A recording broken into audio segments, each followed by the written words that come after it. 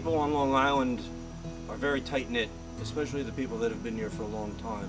But there's always been a very vibrant local fishing community and farming community here on the East End. And that's still very much alive. I dive in this water, you know, I boat on this water, I live on this water. We care about this place. I grew up on Long Island and grew up enjoying sailing on Long Island, fishing on Long Island, and then heard the story of a family friend where the grandfather was a bayman, the father was a bayman, and he had planned on his son being a bayman, where he just said, you know, the brown tides come and it's over. Blue-green algae blooms are expanding in almost every state in the Union, and in many places these are happening in water bodies that are a drinking water source. And that's a serious human health concern. I mean, there are very clear studies showing these blue-green algae produce toxins that can be carcinogenic. This is a real threat to our water supply.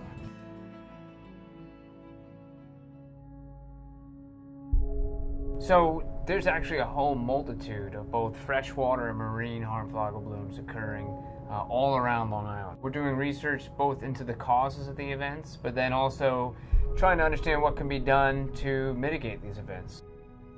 There's a lot of interest in the water solutions, things like filter feeding bivalves. An oyster can filter 250 liters of water in a day.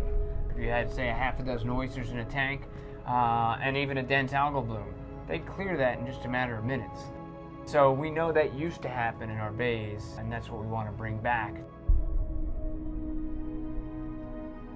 It's a multi-billion-dollar economic challenge for the United States, but more importantly, as water conservation becomes more of our conscience, we got to be more careful about making sure that the water we do have is clean and drinkable. And so our sponsorship of the Barley Water Prize is largely focused on bringing more attention to this issue.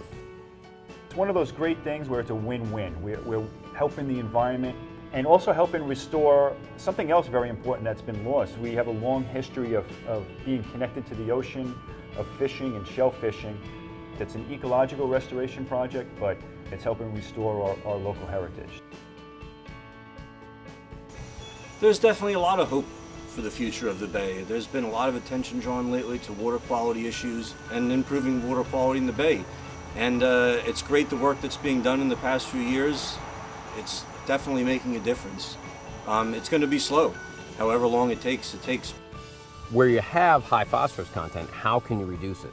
And that's what this prize is focused on. How to find innovative ways to clean water that's important to people. Maybe it's somebody just right down the street. Maybe it's somebody half a planet away.